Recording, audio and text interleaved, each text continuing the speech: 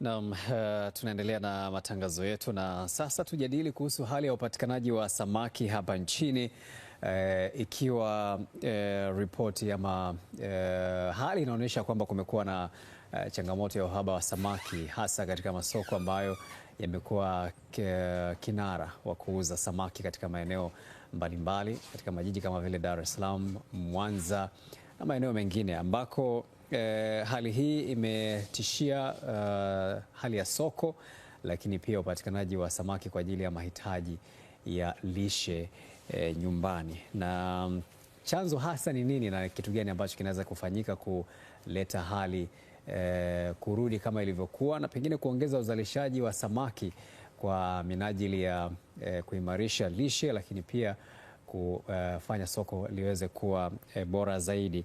Na tutazungumza kuhusiana na hilo tukiwa na Dr. Mary Alphonse Kishi ambaye ni mkurugenzi wa uendelezaji wa tafiti na uratibu kutoka TAFIRI. Ni pia wako wageni wengine hilo. Naam, karibu sana Dr. Nashukuru nishakaribia. Naam, pamoja naye pia tunaye Ali Kasim ambaye ni mtaalamu wa ufugaji wa samaki. Karibu pia Ali. Asante sana. Naam, na kama Goodluck ulivyosema, kwa njia ya mtandao tutaungana pia na katibu msaidizi kutoka Chama cha Wataalamu wa Lishe Tanzania TNDA ambaye ni Jackson Mkumbo, na yeye atatueleza hasa kwa upande wa umuhimu wa lishe ya samaki. Lakini kama ambavyo umeeleza, misimu ipo tofauti na upatikanaji ama hali pia upatikanaji wa samaki hutofautiana. Tutaangalia kwa tafiti ambazo zimekuwa zikifanyika pia na TAFIRI katika hilo, lakini kubwa tu ni kujuze kuhusiana na uzalishaji wa samaki kwa mwaka 2025 na namna pia ambavyo imekuwa. Kwa mujibu wa taarifa zilizotolewa na Wizara ya Afya, Wizara ya Mifugo na Uvuvi, kumradhi, jumla ya uzalishaji hadi kufikia mwezi Aprili mwaka 2025 ilikuwa ni tani 599,200.33, ikiwa thamani za uzalishaji imefikia trilioni 3.44. Na katika mgawanyiko wa uzalishaji kuna uzalishaji kupitia uvuvi wa asilia, yani capture fisheries, yenyewe ikiwa ni tani 466,956.88, huku ufugaji wa samaki yani aquaculture hii ikiwa ni 1,132,243.45 kwa tani. Kwa hivyo bado ukiangalia Goodluck, kuna fursa kubwa katika ufugaji huu wa samaki, na ndio Ali pia atatujuza kwa upande huo katika hili. Lakini baada ya kuangalia uzalishaji wa samaki, tuangalie sasa uzalishaji wa samaki kwa vyanzo vikuu vya maji. Na kwa mujibu wa taarifa iliyotolewa, Ziwa Victoria likiwa linaongoza lenyewe kwa tani zaidi ya 265,000. Kwa upande wa Ziwa Tanganyika ikifuatiwa kwa tani 78,000, huku Bahari ya Hindi ikifuatiwa kwa tani zaidi ya 57,000. Vipo pia vyanzo vingine, vyanzo vikuu vya uzalishaji katika uzalishaji wa samaki ikiwemo Ziwa Nyasa kwa tani zaidi ya 10,000, bwawa la Nyumba ya Mungu kwa tani zaidi ya 5,000, bwawa la Mtera pamoja na Ziwa Rukwa. Lakini pamoja na hilo pia yapo mambo ya msingi ya kuzingatia. Kuna swala la kwa upande wa lishe kwenye ulaji wa samaki. Inaelezwa kuwa kwa mujibu wa Shirika la Afya Ulimwenguni WHO, Mtanzania kwa wastani sasa anakadiriwa kula kilo 8 za samaki kwa mwaka kulingana na data ya matumizi ya kitaifa, japokuwa WHO inapendekeza mtu ale kilo 20 za samaki, takriban 20 kwa mwaka kama sehemu ya lishe yenye afya. Kwa hivyo hata hizo bado hatujafikia kula. Yani tunatakiwa tule angalau kilo 20 alafu tunakula kilo 8. Kuna mwingine hata hizo kilo 8 hazifiki. Mtu mwaka mzima amekula samaki kilo 5. Samaki anakutana nayo kwa manati. Lakini kama ambavyo tumeona ni jambo ambalo linakata cross ama ni mtambuka, linagusa maeneo mengi. Kwa upande wa lishe tunafahamu umuhimu wa samaki, na hapo tutapata zaidi kwa kina kutoka kwa mtaalamu wa lishe, lakini kibiashara na fursa ambazo zipo, lakini na hali pia jinsi ilivyo hivi sasa. Tumeona hali yenyewe kupitia takwimu ambazo mwenzangu amezionyesha hapo, na hapa tuanze na wewe Dokta. Kwa ujumla tu unaona kuna hiyo hatari ambayo wengi wanahisi kwamba uzalishaji unapungua na upatikanaji wa samaki pia na wenyewe umekuwa changamoto. Nashukuru ndugu mtangazaji. Kama alivyoonyesha kwenye grafu pale ni kwamba uzalishaji wa samaki kwa nchi yetu ya Tanzania zaidi sana unapatikana kwenye maji baridi. Yeah. Asilimia 85 ya samaki hapa Tanzania inapatikana kwenye maji baridi, na tumebarikiwa nchi yetu ya Tanzania, tuna maziwa, tuna mito, tuna maziwa makubwa na madogo pia. Kwa hiyo ni asilimia 85, na asilimia 15 ya samaki hapa Tanzania inapatikana katika pwani, namaanisha baharini. Yeah. Kwa hiyo unaweza kuona kwamba asilimia kubwa zaidi tunapata kutoka maji baridi, lakini asilimia 15 pia tunapata baharini. Na uzalishaji wa samaki kwa hapa Tanzania ni takriban tani 500,000. Lakini mahitaji ni takriban milioni 1,200,000 tani. Kwa hiyo unaweza kuona kwamba kuna upungufu wa tani 700,000 ya samaki ya hapa Tanzania.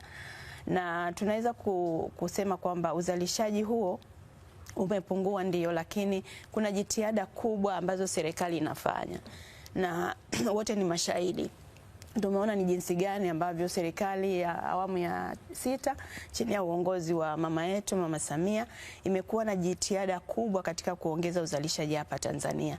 Na upande wa Ziwa Victoria, nikienda moja kwa moja Ziwa Victoria ambayo mmetoka kuonyesha hapa, kumekuwa na jitihada kubwa ya kuongeza uzalishaji wa samaki kwa njia ya ufugaji wa samaki kwa njia ya vizimba.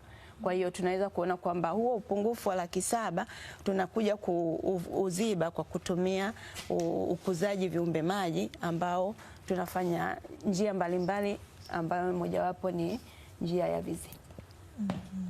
Naam, na kwa upande huo tunaona pia fursa na lakini kabla ya kuangalia fursa zaidi kwenye uzalishaji huu wa samaki, kuna vipindi tofauti ambavyo vinaelezwa wakati mwingine, majira ama vipindi hutofautiana katika upatikanaji wa samaki.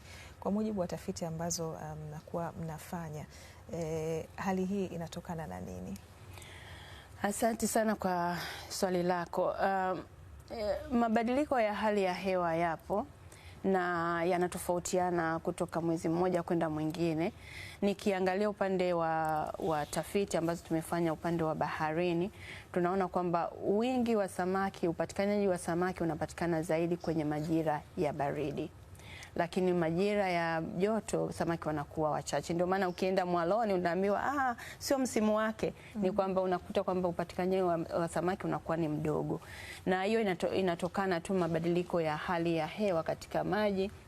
Kwa samaki wanapatikana kwa urahisi, lakini pale ambapo mabadiliko yanatokea samaki wengine wanakuwa hapatikani. Kwa mfano kuanzia mwezi wa 5 mpaka mwezi wa 10, 11 samaki wanapatikana kwa wingi, lakini miezi mingine samaki wanapatikana kwa udogo. Ni kwa sababu tu ya hali ambayo inawezesha samaki kuwepo au kutokuwepo kutokana na hali yenyewe. Sasa hivi kipindi cha jua kali, kiangazi, samaki wanapatikana kwa manati sana. Wanapatikana kwa udogo sana. Ndio. Lakini tumeona pia hiyo deficit ni kubwa. Mahitaji tani milioni 1,200,000, lakini tuna uwezo wa kuzalisha mpaka tani 500,000. Kwa hiyo kuna upungufu wa tani 700,000 hapo kwenye soko ili tuweze kutosheleza mahitaji ya ndani. Lakini hapo pia tunahitaji kuweza kulihudumia pia hata soko la nje. Na tumeona kwenye zile tani 500,000 tunazalisha ni tani 100,000 tu na kidogo ndio ambazo tunazalisha kwa kupitia ufugaji. Ali, unaona kuna fursa kiasi gani kupitia ufugaji wa samaki, kazi ambayo wewe umekuwa ukifanya, na tuambie pia imekunufaisha kiasi gani mpaka hivi sasa? Asante kwa swali zuri, lakini kusema ukweli, hii tasnia ya ufugaji samaki ni kitu ambacho kwa hapa kwetu bado kinakuwa, na tunaweza kusema kwamba kinakuwa kwa haraka, na ni biashara ambayo ipo scalable, yani kukua kwake ni kwa haraka. Kwa sababu kama tulivyoona mahitaji ya samaki ni mengi, inamaanisha watu wanahitaji consumption kubwa, lakini upatikanaji ile catch bado ni ndogo. Kwa hiyo kama utaweza kuanzisha mradi wa samaki, ni rahisi kwako kuweza kupata faida kwa muda mfupi, kwa sababu utakuwa unafanya kitu ambacho wateja ni wengi kuliko mzigo ulionao, na hicho ndo kitu ambacho kama sasa hivi kama taifa tunapambana nacho, yani kwamba samaki wanaozalishwa kwa njia ya ukuzaji viumbe maji ama kufuga samaki ni wachache kulingana na mahitaji yaliyopo. Yeah. Kwa hiyo kusema hata mimi kwangu unaweza kuniuliza labda imeninufaishaje, mimi ni mtaalamu wa samaki. Yeah. Nimesoma samaki, lakini kwangu imebadilisha sana maisha yangu, kwa sababu nafundisha watu namna ya kufuga, mimi mwenyewe nafuga. Okay. Naunganisha watu na masoko. Kwa hiyo nimeweza kuwa kama ni kitovu baina ya consumer na producer. Maana lengo ni kuweza kumsaidia mfugaji aweze kufuga kwa tija. Yeah. Na hicho ndo tunachopambana nacho. Na vijana wengine pia wanaweza wakaogopa kuingia kwenye tasnia, kwa maana ya kufuga, wakiogopa labda pengine wanaweza wakaweka mtaji wao wakapata hasara. Hebu tuambie, yani fursa hasa iko katika eneo gani? Na kama walivyosema ni biashara, ni kazi ambayo inaweza kukua haraka. Ni vitu gani pia hasa vinahitajika? Yani biashara yote kwanza tunasema inaweza ikawa na hasara, mwingine akapata faida. Yeah. Kwa hiyo kinachohitajika kwenye ufugaji samaki ni kuwekeza sahihi. Yani uwe na elimu sahihi kabla haujaingia kwenye hii tasnia. Lakini pia ukubali kujifunza. Ukubali kuwa na mentor kukuongoza, kwa sababu kufuga samaki tunatumia miezi 6. Kwa hiyo safari ya miezi 6 ni wiki 24.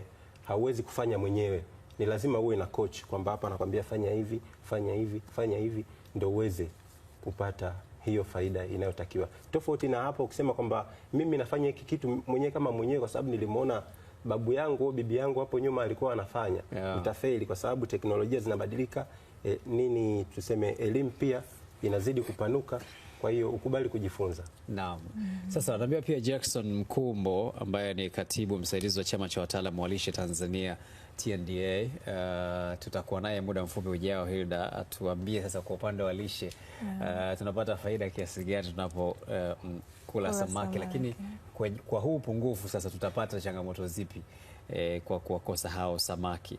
Lakini wazi pia kwamba TAFIRI ambao mmekuwa mkifanya tafiti zinazohusiana na masuala ya ufugaji, mnafahamu kwa kina kuhusu changamoto iliyopo na ni kwa jinsi gani ambavyo hizi changamoto zinaweza kutufanya sasa tukaweka jitihada nyingine mpya zaidi. Na mbio Mkumbo tayari ameshaungana nasi.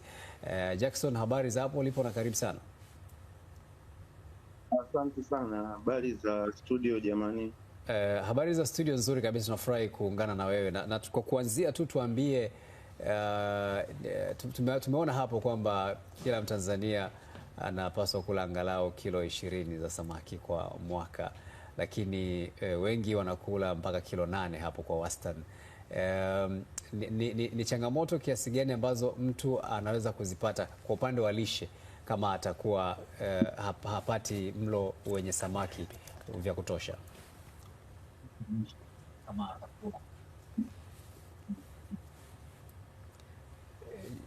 Naam, asante bwana Goodluck, na nipende kuwashukuru studio hapo wote kwa pamoja.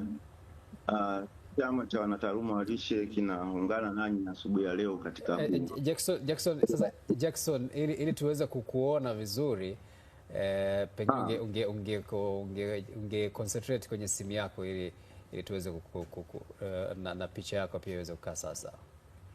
Karibu, endelea. Yes. Okay. Asante sana. Ni tugusie kidogo pengine athari ambazo mtu anaweza kuzipata kwa kukosa lishe itokanayo na ulaji wa samaki, kama tulivyoweza kuona hapo mwanzo mlivyoanza. Tafiti mbalimbali zimeweza kuonyesha kwamba kuna upungufu wa ulaji wa samaki au matumizi ya samaki, especially katika nchi yetu ya Tanzania, yamekuwa chini kidogo, yamekuwa chini kwa kiasi chake karibia 55, tuko chini kwa 55, kwa sababu kama tunakuta kilo 5 mpaka 8 kwa mwaka, na inatakiwa tupate angalau 20, maanake tuko chini kwa zaidi ya 50%. Sasa ni madhara gani au athari gani ambazo mtu anaweza kazipata kwa kukosa matumizi au kwa kukosa kutumia samaki kwa kiwango ambacho kinatakiwa? Kwanza tunasema upatikanaji wa lishe itokanayo na samaki ni muhimu kwa afya ya mwili na akili kwa ujumla. Kwa sababu gani? Samaki ndio chanzo muhimu sana cha protini ambazo ni muhimu kwa mwili. Kuna protini 2 muhimu sana zitokanazo na samaki, ama tunasema kuna aina za fat ambazo zinatokana na uzalishaji na matumizi ya samaki, ambazo hizo ni omega 3 fat acid. Hizo fat zinatokana na ulaji wa samaki. Sasa mtu anapozikosa, ama mtu yeyote anapokosa kutumia samaki, basi zile fata anakuwa anazikosa, na hizo sana sana ni omega 3 fatty acids ambazo zinajulikana kwa jina la EPA pamoja na EPA.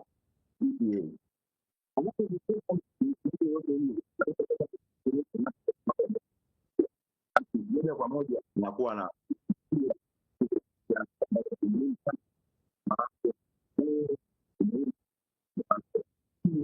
ni muhimu sana, ni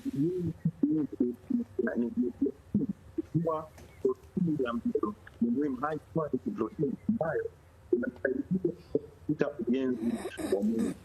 Kama inasaidia katika ujenzi wa mwili, unapokuwa kwa kiwango cha kutosha, basi mwili anakuwa anakosa kupata kijenzi cha mwili ambacho ni cha muhimu. Lakini pia kwa Good, lakini niongeze nyingine kwamba ndio utulivu wa akili kwa ujumla unachangiwa na uwepo wa hizo omega 3 fatty acids ambazo nimekwambia iko 2 za muhimu, ambazo ni EPA pamoja na DHA, ambazo ni muhimu sana hata kwa utulivu wa akili. So afya ya akili pia inachangiwa kwa kiwango kikubwa na matumizi ya samaki ambao wanakuwa ni samaki kama tulivyotangulia kuona hapo. Lakini nyingine, matumizi ya samaki pia yanasaidia katika afya ya mama mjamzito pamoja na ukuaji wa ubongo wa mtoto. Pia ni muhimu sana kutumia samaki, especially katika wamama wanapokuwa katika kipindi cha ujauzito, kwa sababu inasaidia kumweka mtoto, kuboresha afya ya ubongo wa mtoto na jinsi ubongo unavyokuwa.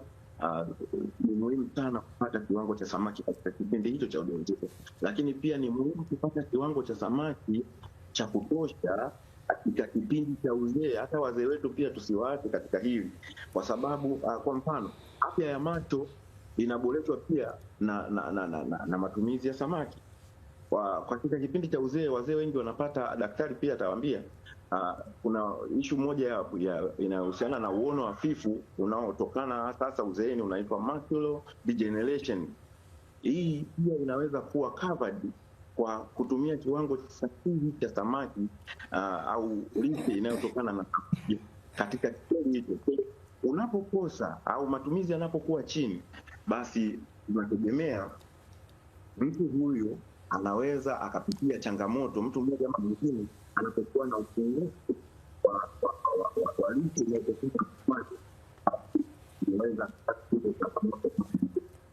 Lakini kwa kwamba upungufu wa lishe kutokana na samaki, tunasema athari zake kwa ujumla tunaziweka katika makundi matatu. Kundi la kwanza, makundi hapo, tutakuja kwenye makundi hapo Jackson. Tutakuja kuendelea hapo kwako na wakati hapo unazungumza kuhusiana na kwamba samaki inasaidia pia hata kwenye masuala ya kuona. Sasa sio kauliza kwa nini mtaalamu wa lishe anavaa miwani. Sasa wewe sikiliza kile unachoambiwa. Kuna mtaalamu wa lishe, kuna mtangazaji, kuna daktari. Mtafiti wa nani wa masuala ya samaki naye anavaa miwani sasa. Tutarejea hapa kuendelea zaidi, lakini kwa sasa tuungane na mwenzetu kutoka kule Mwanza, Innocent Alois, ambaye anatueleza kuhusiana na hali ya uzalishaji na upatikanaji pia wa samaki hasa katika Ziwa Victoria. mamilioni ya watu uchumi wao ni hapa. Ziwa Victoria ni hazina ya Watanzania, ni rasilimali tuliyopewa na Mungu. Si mvuvi ziwani, mchuuzi mwaloni, wala mmiliki wa kiwanda, wote walikula kwa urefu wa kamba. Nimenufaika sana na Ziwa Victoria. Samaki zilikuwa nyingi sana. Aina zote za samaki katika Ziwa Victoria zilikuwepo.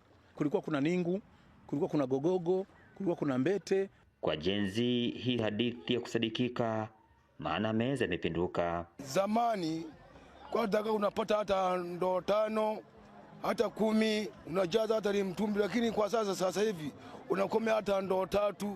Tunapata dagaa wadogo wadogo na hawako kwenye kiwango wanavyotakiwa. Ukiacha dagaa, samaki nao wamegeuka kaka kuona. Sasa hizi samaki wanaenda wanapungua Ziwa Victoria. Samaki zinakuwa adimu, wakati mwingine samaki zinakufa kwa kuelea. Kiujumla uvuvi umekuwa ni mgumu, hali sio nzuri. Wapo walioanza kuonja joto la jiwe, uchumi umesimama. Kuna upungufu mkubwa sana rasilimali ya samaki kwa ajili ya kuchakatwa. Hapa ni kiwanda cha samaki Omega Ilemela. Hali sio nzuri kwa sababu miaka ya nyuma sana tulikuwa tuna uwezo wa kukata samaki tani 65 kwa siku. Sasa hivi tunakata 20% ya uwezo wetu. Wanasema ukimuona kobe mtini si ujue kapandishwa.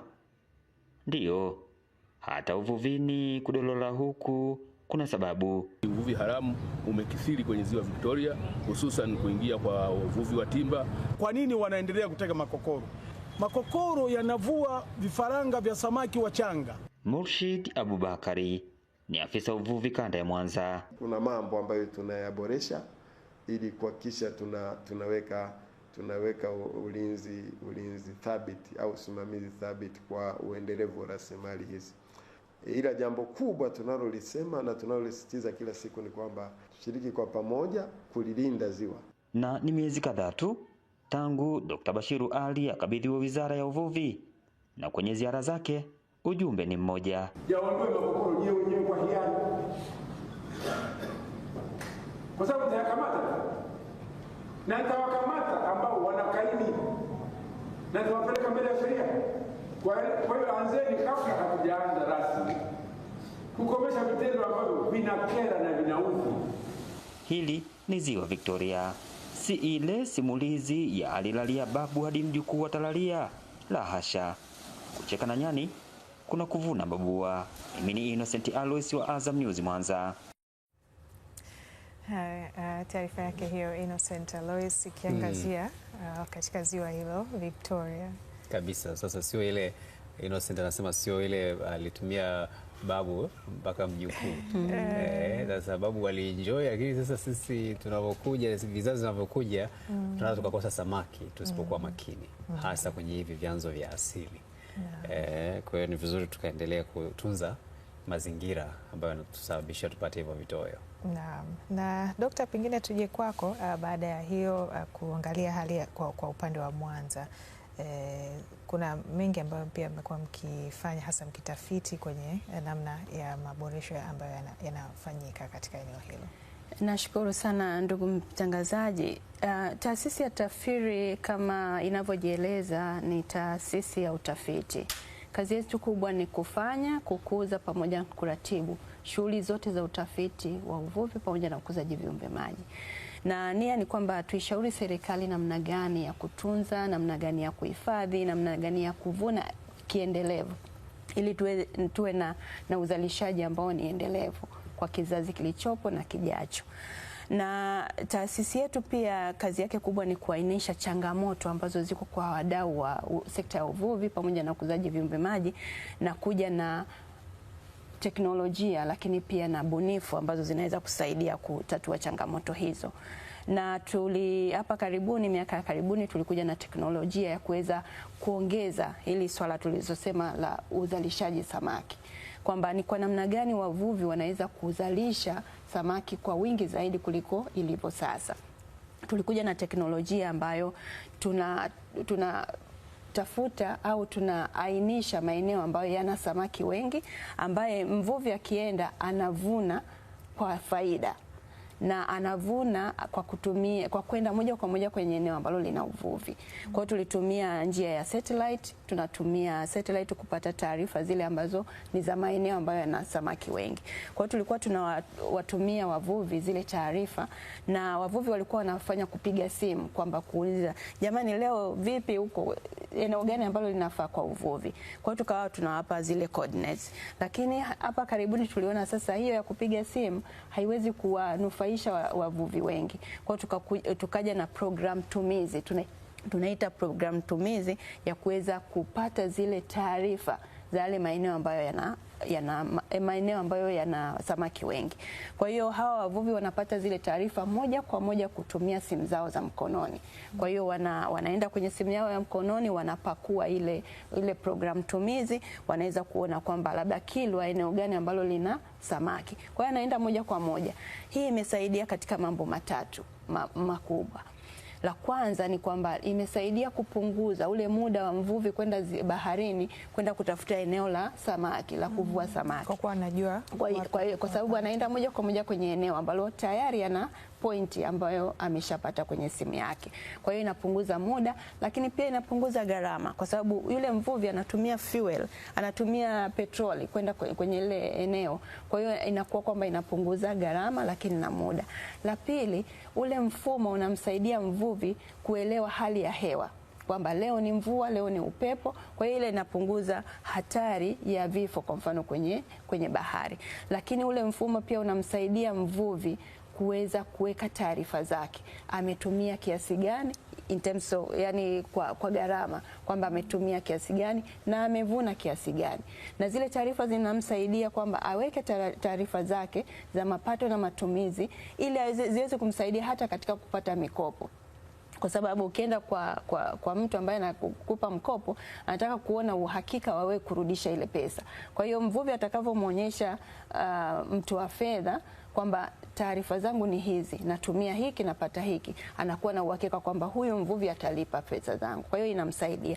Lakini pia ule mfumo umemsaidia kupata soko. Ule mfumo unamwezesha mvuvi kupiga picha samaki wake aliopata na kuweka bei, na anarusha hewani, anarusha kwenye mtandao. Kwa hiyo mvuvi anakuwa na taarifa zile za mavuvi, lakini mnunuzi pia anaweza kuangalia kwenye mfumo, anaona leo Shabani kaleta kilo 5 za changudoa kwa mfano, samaki aina ya changudoa. Kwa hiyo anaenda ananunua moja kwa moja, anawasiliana naye na anapata samaki. Kwa hiyo imemsaidia mvuvi, lakini pia muuzaji na yule ambaye ananunua. Kwa hiyo tunasema huu mfumo unaitwa vua, uza, nunua kidijitali, kwamba unauza, unavua na unanunua katika njia ya mtandao. Kwa hiyo imesaidia sana, na huu upungufu wa uzalishaji unaweza kupungua kutokana na mifumo kama hii. Lakini niseme tu kwamba pia tukumbuke kwamba uvuvi wetu huu umekuwa ukifanyika sana kwenye maeneo ya pwani, karibu na pwani.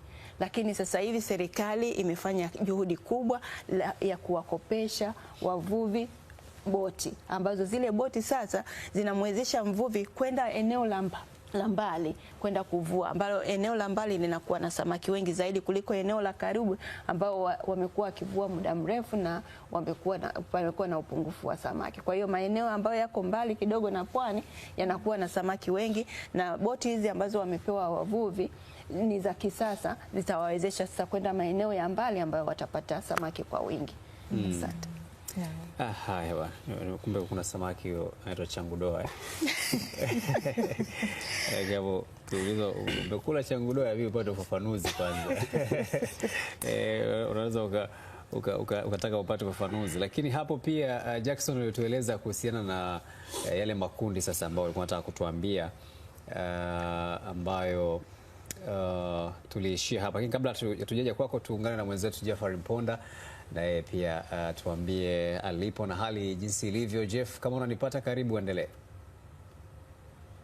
Asante sana Good Luck Paul, na kupata uzuri kabisa. Niko wanakopatikana kole kingfish, bluefish, jodari, changudoa, na tayari kujua hasa kwa muktadha wa bei kwa wakati huu. Nimesikia hapo ukishangaa samaki anaitwa changudoa.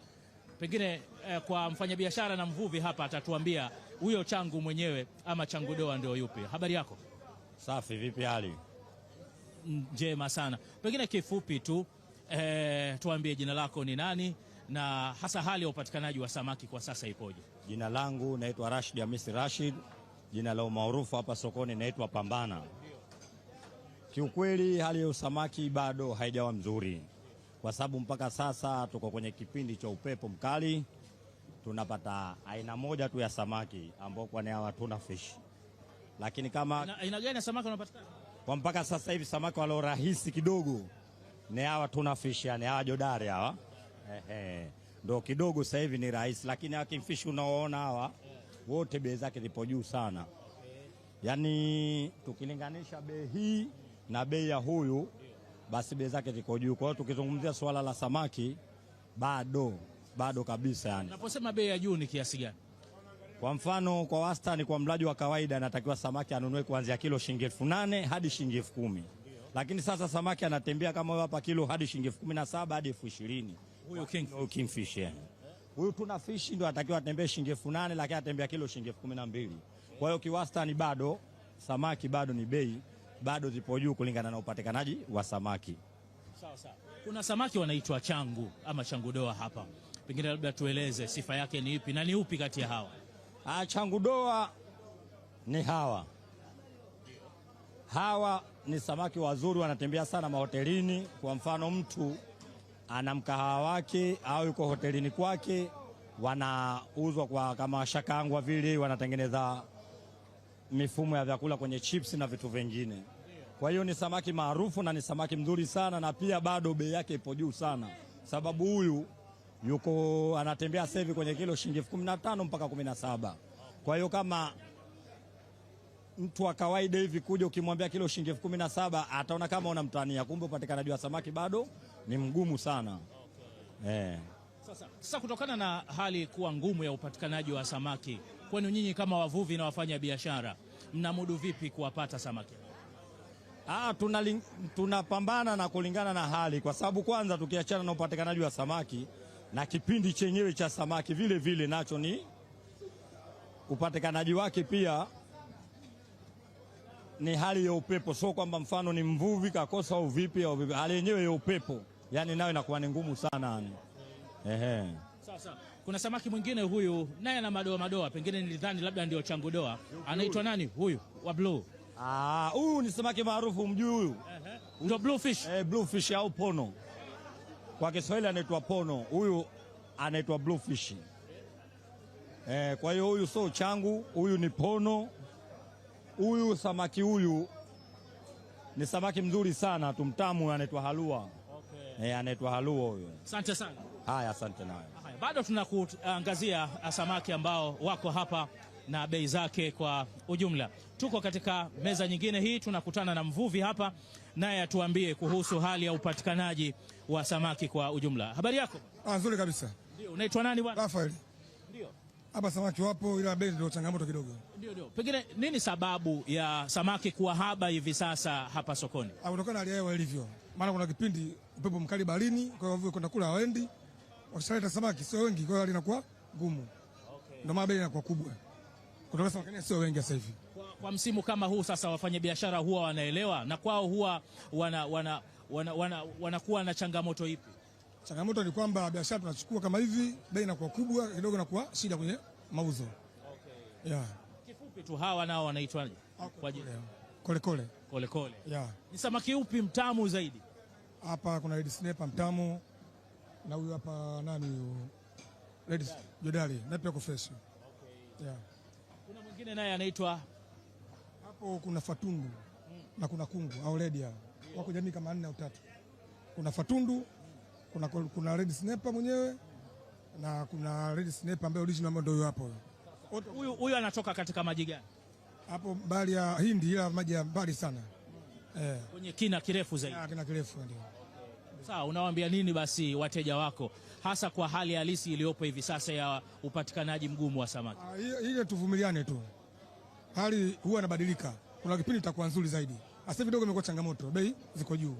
Ila kwa kipindi hali inakuwa nzuri, wanakuwa wengi hao. Wanapatikana kwa wingi na bei inakuwa nafuu. Asante sana. Haina shida. Basi kwa uchache ni hayo kutoka katika soko la samaki Feri hapa Dar es Salaam. Wavuvi, wafanyabiashara wanasema kwamba samaki hivi sasa kupatikana kwake ni tabu, na hasa kutokana na hali ya upepo ambayo ipo baharini, na wale ambao wanapatikana basi wanapatikana kwa bei ya juu, tofauti na kipindi ambacho samaki wanapatikana kwa wingi. Hilda Foya na Goodluck Paul, sina shaka samaki changudoa mmemwona na bei yake kwa ujumla. Haya, wewe umeona changudoa tu au sio? Haya, shukrani sana, tumemuona bana wake mikoshazo ya changu, kumbe ni changudoa. Kutegemeana na aina hiyo. Kabisa kabisa. Na turejee sasa kwake Jackson. Jackson, ulikuwa unatueleza kuhusiana na yale makundi sasa kuhusu faida zile za kutumia samaki. Karibu, endelee.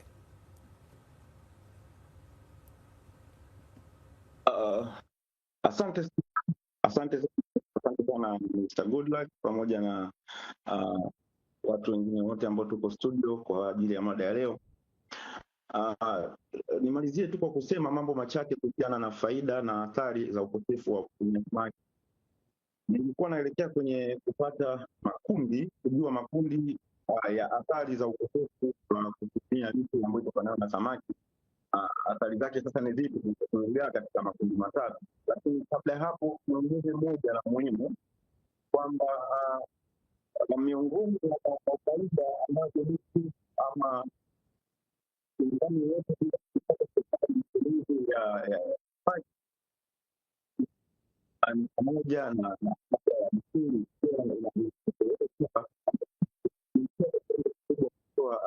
kupatia Jackson, naona sauti yako kidogo haiko vizuri sana. Hebu ngoja waweke sawa, alafu tutarejea kwako hapo kuendelea na hicho ulichokuwa unakisema. Na turudi hapa, tumeona amegusia pale kuhusiana na issue ya msimu.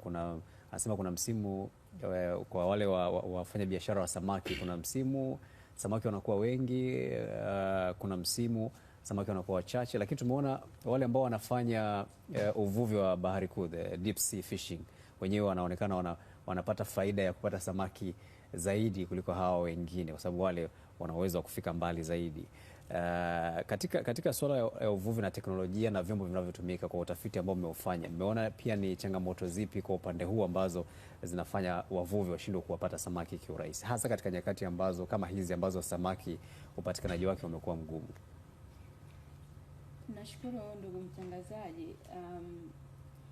Hali ya upepo ikitokea ikiwa baharini, kwa vyovyote samaki huwezi kuwapata. Kwa hiyo mara nyingi unakuta kwamba wavuvi wanaenda kwa nadra, lakini wakienda pia wanarudi na mzigo mdogo kwa sababu ya upepo, kwa sababu ya hali ya hewa. Kama nilivyosema, hali ya hewa ikiwa ni joto, samaki wanapotea, wanakuwa hawapo.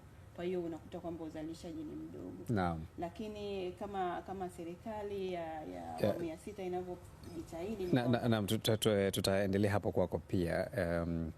Lakini Ali, kwa upande wa ufugaji wa samaki, hasa katika mazingira kama haya sasa ambapo soko lina upungufu, watu wanaofuga wanatumiaje fursa hii kuweza kuziba hilo gap na ikawa kwao ni fursa ya kufanya biashara, lakini pia fursa kwetu sisi watumiaji wa samaki tusifeel hiyo deficit ambayo ipo? Kusema ukweli, tunasema ile kwamba vita vya kunguru, vita vya panzi ni faida kwa kunguru. Sasa hata kwenye ufugaji samaki, hiki kipindi ambacho hawa watu wa maziwani wa baharini hawapati samaki, wafugaji wanaitumia sana hii fursa kuuza samaki kwa bei juu, kwa sababu unaweza uamue kwamba niuze kwa bei fulani ama nisiuze kwa bei fulani, kwa sababu hakuna competition baina yako na wale wanaovua baharini. Kwa hiyo ni fursa kwa wafugaji samaki kutumia hii loophole ambapo samaki baharini hawapatikani, wakaitumia na pia wakaweza kutarget hii misimu, kile kipindi ambacho samaki hakuna, wao ndo wakaweza kuvuna, kuweza kujipatia tija nzuri. Na katika hilo kwenye hizi fursa ambazo mnaziona kama kwa upande wa ufugaji, hasa ni vitu gani ambavyo, awali aliuliza mwenzangu, mtu ambaye anataka kuanza ufugaji anapaswa kuzingatia?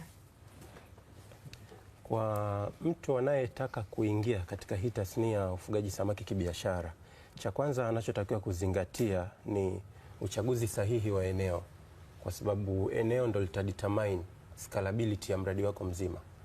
Lakini pia cha pili, anatakiwa kuzingatia uhakika wa maji.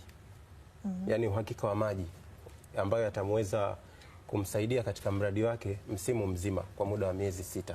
Kwa hiyo ni kama utatumia maji ya ziwani, utatumia maji ya mto, utatumia kisima, lakini uwe na uhakika wa maji msimu mzima. Lakini pia jambo jingine, anatakiwa awe na mpango kazi kabla hata kuingia kwenye hii tasnia, kwa sababu ndani ya mpango kazi utamwezesha kumsaidia kwamba kujua kwamba hawa samaki 1000 naofuga hawa sato watatumia maji kiasi gani, nitatumia shingapi kwenye wekezaji, faida yake itakuwaje. Kwa hiyo wengi waliokuwa wanafuga hapo awali walikuwa wanafuga kwa kuomba Mungu, kama vile unalima unategemea mvua, haujui mbele yako itakuwaje. Kwa hiyo ni lazima, ni muhimu kuwa na mpango kazi ili uweze kufuga kwa tija. Shukran Ali. Turejee kwako Dr. Awali, ulikuwa unazungumzia kuhusiana na mipango na jitihada ambazo zimekuwa zikifanyika. Nashukuru ndugu mtangazaji. Kwa upande wa utafiti ni kwamba tafiti ambazo zinafanyika zinasaidia kutoa mapendekezo kwanza ya usimamizi na kwa namna gani tufanye ili tuweze kuongeza uzalishaji. Mojawapo amezungumzia Ali kuhusu ukuzaji viumbe maji kwa njia ya vizimba. Serikali ya awamu ya 6 iliwezesha TAFIRI kufanya utafiti wa kuainisha maeneo yanayofaa katika Ziwa Victoria kwa ajili ya ukuzaji viumbe maji. Amegusia eneo zuri la kufuga. Kwa hiyo ili uweze kufuga kwa faida lazima ufuge kwenye eneo ambalo linafaa. Ukienda kufuga kwenye eneo ambalo halifai, ukiweka kizimba kwa mfano eneo ambalo lina upepo, ina maana ile kizimba haiwezi kukaa pale ikaleta mafanikio. Kwa hiyo tuliainisha maeneo ambayo yanafaa kufugwa katika mikoa yote yanayozunguka Ziwa Victoria, na maeneo yale yalichaguliwa na halmashauri tukaweza kuyafanyia utafiti, na kati ya maeneo 119 ambayo tulikuwa tumefanyia utafiti, maeneo 107 yalionekana kwamba yanafaa. Kwa hiyo mfugaji wa samaki kwa njia ya vizimba akienda kwenye eneo lile ambalo limeainishwa tayari kwamba linafaa, kwa vyovyote atafuga kwa tija. Kwa hiyo hilo ni mojawapo, lakini pia wakati wa kutumia mfumo kama huu nilioainisha muda sio mrefu, mvuvi anavyoenda kwa kutumia zile coordinates, anaenda kwenye eneo ambalo tayari lina samaki. Kwa hiyo anatumia muda mfupi na anatumia gharama ndogo ili kuweza kuja na samaki ambao wanatija, na anauza kwenye mtandao na anapata faida. Kwa hiyo hiyo ni mojawapo, lakini pia serikali ya awamu ya 6 imejitahidi na inafanya juhudi kubwa ya kuwezesha wavuvi ili waweze kuvua kwa tija. Wamepewa maboti, wamepewa cages kwa ajili ya kufuga samaki. Kwa hiyo katika njia zote hizo serikali inazofanya na tafiti mbalimbali na mapendekezo tunayotoa, na uhakika kwamba uzalishaji wa samaki utaongezeka, na sasa kutoka ile kilo 8 ambalo binadamu Mtanzania anakula, tutaongezeka angalau tutakuwa na 2 digit, labda kuanzia 11 na kuendelea, ili tuweze kufikia ile hali ambayo WHO imeshauri kwamba ni kilo 20 kwa mwaka kwa kila mtu ambaye anatakiwa kula. Asante. Na pengine turejee kwake Jackson, kusikia wakati tunaelekea kukamilisha yale mambo ya muhimu hasa katika lishe ambayo tunapaswa kufahamu japo kwa muhtasari. Karibu Jackson. Asante sana. Asante sana Dahilda, na nipende kurejea tena katika ile faida ambayo nilikuwa naitoa, kisha nitazungumzia makundi ambayo nilikuwa nazungumzia, ambao udhaifu au athari za ukosefu wa lishe tokanayo na samaki ni ipi na ipi. Kwa kifupi nilisema kwamba miongoni mwa faida ambayo tunaweza tukaipata kutokana na matumizi ya samaki ni pamoja na kupata vitamini pamoja na kalsiamu ambazo ni muhimu sana katika afya ya mifupa pamoja na misuli. Kwa hiyo utakapokosa lishe tokanayo na samaki, tunategemea haya pia yanaweza yakawa ni miongoni mwa changamoto ambazo tunaweza kupata. Lakini samaki pia ni muhimu kwa kutupa omega 3 fatty acid ambayo ijulikanayo kwa jina la eicosapentaenoic acid au EPA, ambayo ni muhimu sana katika kudhibiti ama kurekebisha afya ya moyo. Kwa afya ya moyo pia lishe itokanayo na samaki ni muhimu. Sasa athari ambayo mtu atakosa lishe hii atapata changamoto ipi na ipi? Tunasema makundi matatu yamewekwa ambayo moja kwa moja athari hizi tunaweza tukazitem katika makundi makuu matatu. Kundi la kwanza, ukosefu wa lishe itokanayo na samaki ni udhaifu wa mwili. Moja kwa moja unapokosa lishe itokanayo na samaki unapata udhaifu wa mwili, kwa sababu samaki anatoa protini au anachangia protini ambayo ni muhimu sana katika ujenzi wa mwili. Kwa hiyo unapokosa kwa muda mrefu na ukakosa hata baada, tunategemea utakuwa na udhaifu wa mwili. Lakini kundi la pili ni udhaifu wa akili au afya. Yes, nasema kwa muktasari tu, kwa dakika moja umalizie kwa kifupi. Yes. Kwa dakika moja. La mwisho na ya pili, asante, ya pili ni afya akili. Tunajua kabisa samaki anasaidia sana kutoa hizo omega 6 fatty acid, EPA pamoja na DHA ambazo ni muhimu pia katika kuondoa kurekebisha utulivu na hali yote ya afya ya akili ikiwa bora. Lakini mwisho kabisa ni kundi la mwisho ambalo ni athari hizi zinatokanazo na ukosefu wa lishe ya samaki ni pamoja na moyo kupata changamoto au moyo dhaifu. Kwa hiyo ni kundi la mwisho ambalo tunatenga athari za ukosefu wa lishe ya samaki. Shukrani sana Jackson. Muda wetu umetuishia, lakini tunakushukuru sana kwa kuungana nasi. Na kwa kifupi tu, kwa sekunde kadhaa, kwako Ali, changamoto ambazo zinakumba kwa sasa na kile ambacho ungependa kifanyike kwa kifupi, alafu tumalizie kwako Dokta.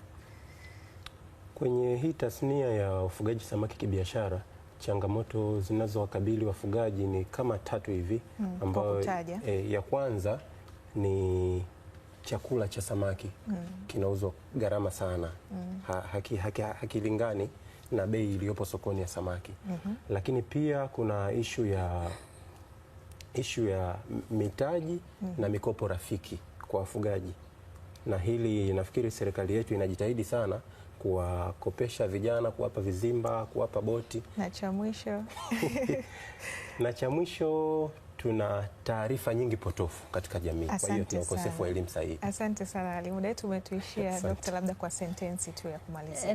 Nakushukuru sana. Sisi kama watafiti tafiti chini ya Wizara ya Mama ya Mifugo na Uvuvi, tutaendelea kufanya tafiti hasa kwenye wingi na utawanyiko wa samaki, ili tuweze kuelewa nini ambacho tunacho, nini ambacho tunatakiwa tuvue na nini ambacho tunatakiwa tuhifadhi, ili kwa ajili ya kizazi kilichopo na kijacho, kwa faida ya wananchi lakini na taifa kwa ujumla. Asante sana. Niwashukuru sana, asanteni sana kwa kuungana nasi na kujadili katika swala la upatikanaji wa samaki, na ndivyo ambavyo tunakamilisha hivyo.